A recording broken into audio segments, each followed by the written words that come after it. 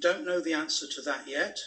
We have always said that we will know if our social distancing measures are working a few weeks after we have put them in place. And by my quick calculation, we're at kind of 10 or 11 days at the moment. So it's too soon to say.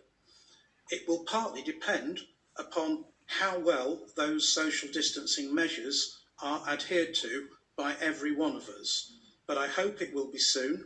We are going to watch very carefully to see when we've hit the peak and when we're starting to turn it, but we will not take any premature actions. We're going to stick with the science and see where it takes us. Your second question is kind of related and about how tall the peak will be and whether there will be enough ventilatory capacity across the NHS. I can tell you that I don't think we're anywhere close to that kind of scenario at the moment. We will watch it extremely closely and we will make decisions as we need to on a day-by-day basis. But I repeat, we are not anywhere close to the scenario you describe at the moment. Thanks very much. If we go to Robert Peston of ITV. Hi, Robert. Afternoon, gentlemen.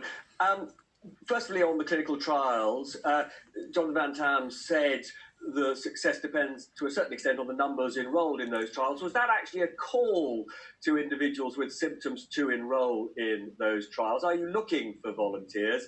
Secondly, very recently, Patrick Vallance told the Health Select Committee that on the basis of the lag between infections and deaths, he thought there were probably 1,000 people in the community with this virus for every death. Does that mean we think that we're not far off 4 million people infected, or have you got a new rule of thumb now that we're slightly further on? And then finally, Secretary of State, you're well aware, because of ministers and people you know, that the range of symptoms you can get with this is very broad indeed. So, for example, there's a lot of evidence that losing sense of smell and taste is a symptom. Are you looking at changing the guidelines to people for when they quarantine? Because at the moment you're saying, you know, self-isolate if it's a high fever and a cough, but you're going to add to the list of symptoms where people should self-isolate. Well, thank you. If I just if I answer the some of that, and then I'll cast over to JVT.